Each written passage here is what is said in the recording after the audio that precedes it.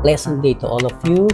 This video is dedicated to all newly call center agents. Pwedeng nasa nesting pa lang or maybe nasa production na pero masasabing baguhan pa lang. Problema ko rin before when I was a call center agent, yung saying no without saying no to the customer.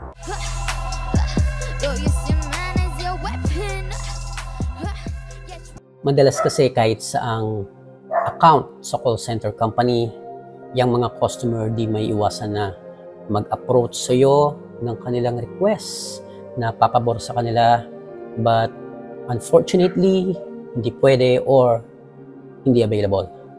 As far as I know, bawal niyang sagutin ng straight na hindi pwede.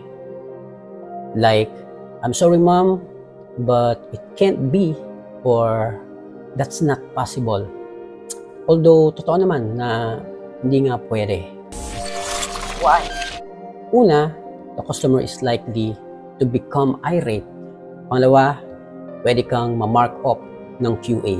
So, here are numerous examples of politely declining customer requests without saying no in a call center. First in our list, I understand your request, but our policy, blah blah blah.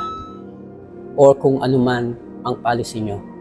In that cases, you're actually giving an empathy to your customer and that sound polite. Sunod, that option isn't available at this time. Kahit pa never talagang magkakaroon ng ganoong policy kagaya ng nire-request ng client, but avoid plain words like that option isn't available. Dudugtungan natin ng at this time. Yung mga customer, maramdamin yan. Pero pag nag-add ka ng at this time, it's quite comfortable para sa kanila. Next, let me see what alternative I can offer.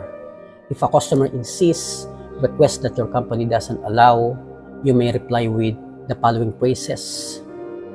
Then, approach your customer like, would you mind if I put this call on hold for 2 to 3 minutes to provide alternative way over your request. Yan yung chance mo para tanungin si TL or sino mang support regarding that matter. Sunod, I'm happy to assist, but our system doesn't support that feature. Uunahan mo ng I'm happy to assist before telling your customer na hindi pwede. Alright, may napili ka na ba? Good. Pero meron pa, baka mas okay to for you. I'd love to help, but unfortunately, blah blah blah. So, inunahan mo ng I would love to help before telling unfortunately kung ano man ang policy nyo dyan.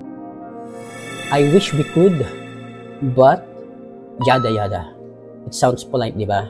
Next, my apologies, that option is unavailable.